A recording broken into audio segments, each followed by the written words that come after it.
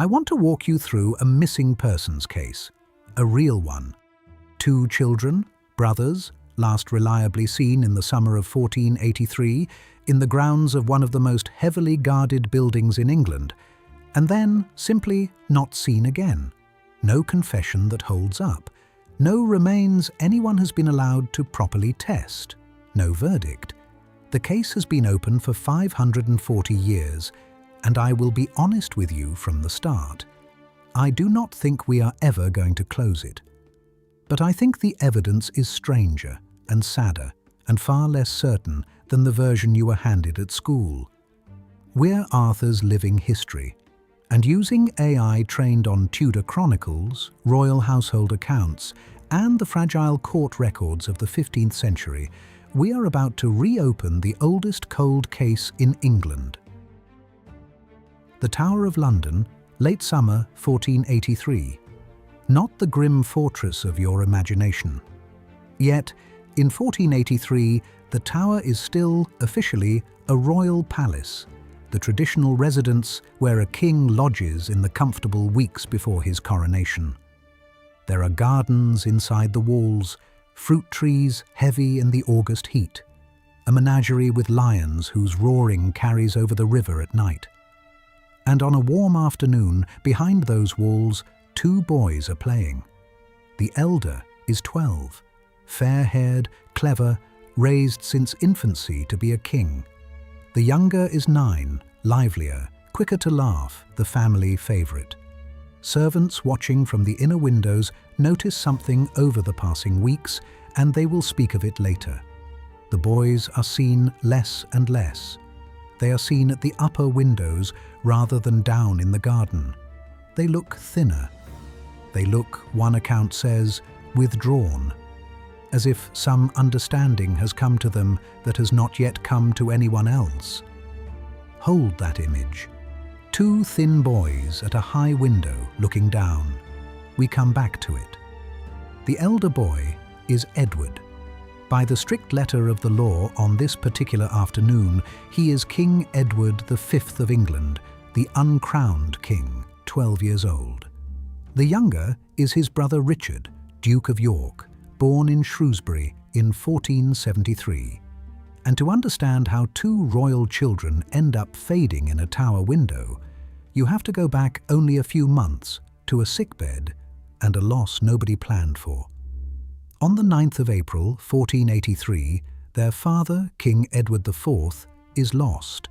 Suddenly, at 40, after a short illness the doctors never quite name, possibly pneumonia, possibly typhoid, possibly the long bill for a life of enormous appetite. He had been a tall, golden, dominating king. He had finally brought a kind of peace after decades of the dynastic wars we now call the Wars of the Roses. And then, in a fortnight, he is gone, and he leaves behind a 12-year-old heir. A 12-year-old king is the most dangerous object in medieval politics. Everybody wants to hold him. Edward IV had thought about this. In his will, he named his younger brother, the boy's uncle, as Lord Protector, Richard, Duke of Gloucester, a capable, hardened, intensely able man, loyal to his brother for 20 years, a soldier the north of England genuinely admired. On paper, the perfect guardian. The young king is at Ludlow Castle on the Welsh border when the news of his father reaches him. He sets out for London and his coronation, escorted by his mother's relatives, the powerful and widely resented Woodville family. His uncle Richard rides to meet the party, and at the village of Stony, Stratford, in the last days of April, he intercepts it. He arrests the Woodville escorts, including the boy's own uncle and half-brother, and sends them north under guard. And he takes personal charge of his nephew. The 12-year-old, by every account, weeps. He has just watched the men his father chose to protect him led away in chains, and there is nothing a 12-year-old king can do about it. Here is the part I want to be fair about. At this exact moment, nothing Richard has done is necessarily sinister. a Lord Protector taking custody of the boy king he is sworn to protect. That is, on its face, the job. The young Edward is brought to London. He is lodged in the Tower, and again in May 1483. That is the normal, expected, almost cosy thing. Kings stay in the Tower before coronations. Tailors are measuring cloth for the coronation. The date is being set. His household has been arranged with extraordinary care. There is a surviving instruction that the boy is to have a balanced education, plenty of time for his dogs and his horses, good food, good sleep, and a household swept clean of, and I love this phrase, swearers, brawlers, backbiters, and words of ribaldry. Someone wanted this child raised well. In June, his little brother joins him. 9-year-old Richard had been sheltering with their mother, Elizabeth Woodville, in the sanctuary of Westminster Abbey. This younger boy already had a strange, miniature history of his own. At the age of 4, he had been married, actually married in a full ceremony at Westminster, to a 5-year-old heiress named Anne de Mowbray, which made a small child the Duke of Norfolk before he had lost his milk teeth. Anne herself had been lost 3 years later, at 8 years old, so the boy now walking into the Tower is 9 and already a widower and already a duke twice over. Under heavy persuasion, his mother releases him from sanctuary. So the boy can attend his brother's coronation, she is told, and so the elder one will not be lonely. The two brothers are together in the Tower, and the coronation is only days away. It never happens, because in the 3rd week of June, the ground shifts. A claim is suddenly produced and pressed hard that the boy's father, Edward IV, had been secretly pledged to marry another woman before he married their mother. If that pre-contract were true, the royal marriage was invalid and every child of it was illegitimate. Illegitimate children cannot inherit a throne. On the 26th of June, an Assembly of Lords and Commons accepts the claim. On the 6th of July, 1483, in Westminster Abbey, the boy's uncle is crowned King Richard III, and the two brothers are still inside the Tower walls. This is the hinge of the whole case, so let me slow down. The boys are now, officially, nobody. Not princes, not heirs, just two illegitimate children with the most dangerous lineage in the kingdom. And after the July coronation, the sightings, the boys at the windows, the boys glimpsed at archery in the inner ward, thin out week by week, until that autumn they stop altogether. No announcement is made, no funeral is held, nothing is shown to the public at all. The two boys simply pass out of the written record, the way a name drops off the end of a page. That silence is the loudest thing in the entire story. A medieval state knew exactly how to stage a royal passing, the lying in, the candles, the public grief. None of it happens. Two children at the centre of the kingdom are there in the summer and gone by the autumn, and the most powerful people in England behave as though there is simply nothing to explain. By October 1483, the silence has a voice. Rumour. It moves through the London streets like smoke under a door. The boys are gone. The boys have come to harm.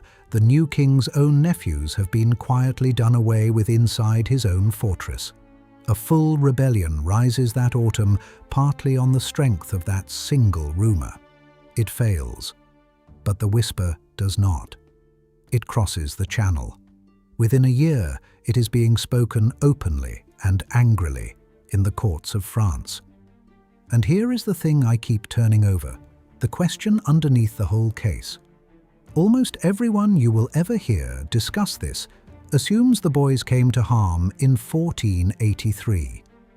But strip it back to what can actually be proven, and all we truly have is an absence. Two children who were documented and then were not. Everything else, every name, every method, every culprit, is something later hands wrote into that silence. Richard III reigns for just over 2 years. On the 22nd of August, 1485, on a field called Bosworth, his story ends, the last English king to fall in battle, and the crown is picked up, almost literally, by a Welshman with a thin claim and an iron will. Henry Tudor, King Henry VII. The Wars of the Roses are over, and the new dynasty now has a powerful, pressing need for a particular version of the past. So, the theories. There are 3 serious ones, and I genuinely want you to weigh them yourself because I cannot do it for you. Theory 1 is the one you already know. Richard III arranged the matter to secure his stolen crown. The classic account comes from Sir Thomas More, writing around 1513, 3 decades after the events under the Tudor regime, as a child when it happened. In More's telling, a trusted servant of Richard's named Sir James Tyrrell organised it, employing 2 men to do the deed by night, and the small forms were buried at the foot of a staircase, deep under a heap of stones. More even says Richard then ordered them moved again to a more fitting resting place. It is a vivid, detailed, devastating story, and Tyrrell, conveniently, did supposedly confess, except his alleged confession comes years later, in 1502, when he was already condemned for an entirely separate matter, and no actual text of it has ever been found. A confession nobody can produce, reported by writers serving the dynasty that benefited. That is not nothing, but it is not proof. Theory 2 is quieter and more uncomfortable, and it points at Henry Tudor himself. Think about the timeline. If the boys were still alive in the Tower in August 1485, and some historians argue the hard evidence for their passing only firms up after Bosworth, then the man who walked into London as the new king inherited the exact same problem Richard had. 2 boys with a stronger claim by birth than his own. Henry's claim to the throne was, frankly, threadbare. He shored it up by marrying the boy's elder sister, Elizabeth of York, which only mattered if her brothers were no longer in the picture. Henry too had means. Henry too had motive. And Henry, unlike Richard, was never seriously accused because Henry's descendants commissioned the history. Theory 3 is the one that gives me a genuine chill. What if at least one of them walked out? Because someone claiming to be the younger brother did exactly that. In the 1490s, a young man surfaces in Europe, poised, plausible, fluent, insisting he is Richard, Duke of York, the second prince, escaped from the Tower and spared, he says, because of his age and his innocence. The Tudor government names him Perkin Warbeck, a boatman's son from Tournai, and brands him a fraud. But look who believed him. Margaret of York, the boy's own aunt, received him as her nephew. Maximilian, the Holy Roman Emperor, backed him. James IV of Scotland not only backed him, but gave him a noble Scottish bride, Lady Catherine Gordon. You do not marry your cousin to a man you believe is a boatman's son. For 6 years, much of Europe treated this man as the rightful King of England. In 1497, his luck runs out. He attempts an invasion, it collapses, and he is taken. Henry VII does something strange with him. He does not deal with him harshly, not at first. He keeps him at court almost as a curiosity, a living exhibit, paraded and studied, housed in the royal wardrobe, a room, not a cupboard, with a guard to either side of where he sleeps. Warbeck signs a confession admitting he is an impostor, a boatman's son, a fraud from Tournai, and then, in 1499, after an alleged escape attempt, his story ends at Tyburn. A confession extracted from a cornered man by the one government with everything to gain from that exact confession. Sound familiar?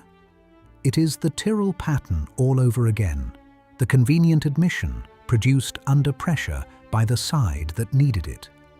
And he was not the only one. A few years earlier, another young man, named by the Tudors as Lambert Simnel, had been put forward by Yorkist supporters and actually crowned in a cathedral in Dublin, hailed as the rightful King of England. Two separate risings, two boys at the centre of them, both insisting the line of Edward IV had not ended in that tower. A kingdom does not keep producing lost princes unless a great many people genuinely are not sure the princes were lost. Then the spades come. The 17th of July, 1674. Workmen are demolishing a building next to the White Tower on the orders of King Charles II. About 10 feet down, beneath the foundations of a staircase, they strike a wooden chest.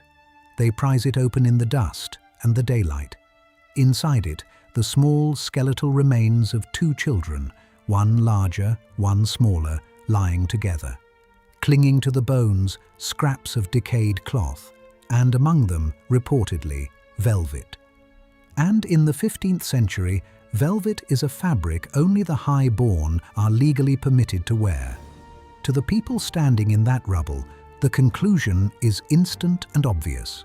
The lost princes found at last exactly where Sir Thomas More's story had said they would be, at the foot of a stair, deep in the ground. Word reaches the king. Charles II, struck by it, orders the remains gathered up and placed in a white marble urn designed by Christopher Wren in Westminster Abbey, where they rest to this day a few steps from the tombs of the very monarchs tangled in their story.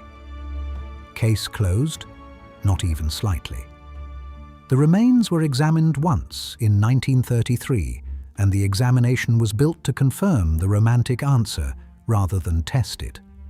It did not even establish whether the two children were boys or girls. Modern DNA testing could, in principle, settle a great deal. But Westminster Abbey has consistently declined to allow the urn to be reopened. A public petition with well over 100,000 signatures was quietly closed. So the one piece of physical evidence in the entire 500-year case sits sealed in a wall, a few feet from the tourists, untested. I find that almost unbearable, honestly. The answer might be right there, and we have collectively decided not to look. And the case is still moving. A researcher named Philippa Langley, the same investigator whose work led to finding Richard III's grave under a car park in Leicester, has spent the last decade running what she calls the Missing Princes Project, treating it like a modern cold case with retired police investigators reading the documents. They report finding no clear evidence that the boys came to harm during Richard's reign at all, and intriguing traces the other way. References to a rebellion mounted in the name of a living son of Edward IV. A historian at Huddersfield, meanwhile, has found a mention of a chain that belonged to Edward V turning up, years later, in the family of one of Richard's servants. The paper trail, 5 centuries on, is still breathing. So where does that leave us? Two boys at a high window, growing thinner in the summer light. An uncle with a crown and a motive. A Tudor king with a thinner claim and the same motive. A young man in Europe who convinced kings and an aunt that he had escaped. A chest of children's bones in a wall that no one will open. And a silence.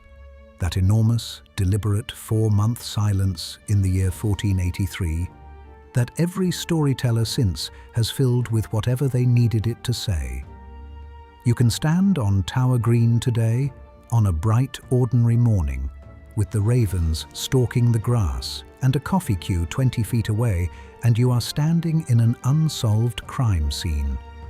That is the strange gift of this story. It refuses to become the past. It stays a question. We're Arthur's living history, and cases like this one, the ones that will not close, the ones where the honest answer is we do not know, are exactly why we sit up too late with the documents. Tell us in the comments who you think it was. Richard, Henry, or neither. Tell us which forgotten figure, which sealed urn, which whispered rumour you would like us to walk into next.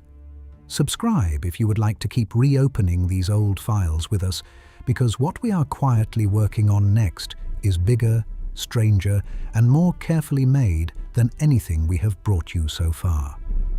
Some stories end with an answer. This one ends with a door, still locked, still waiting, still patient. And we, like the two boys at that high window, keep watching it. Don't forget to check out the video recommended by YouTube on the left side of the screen.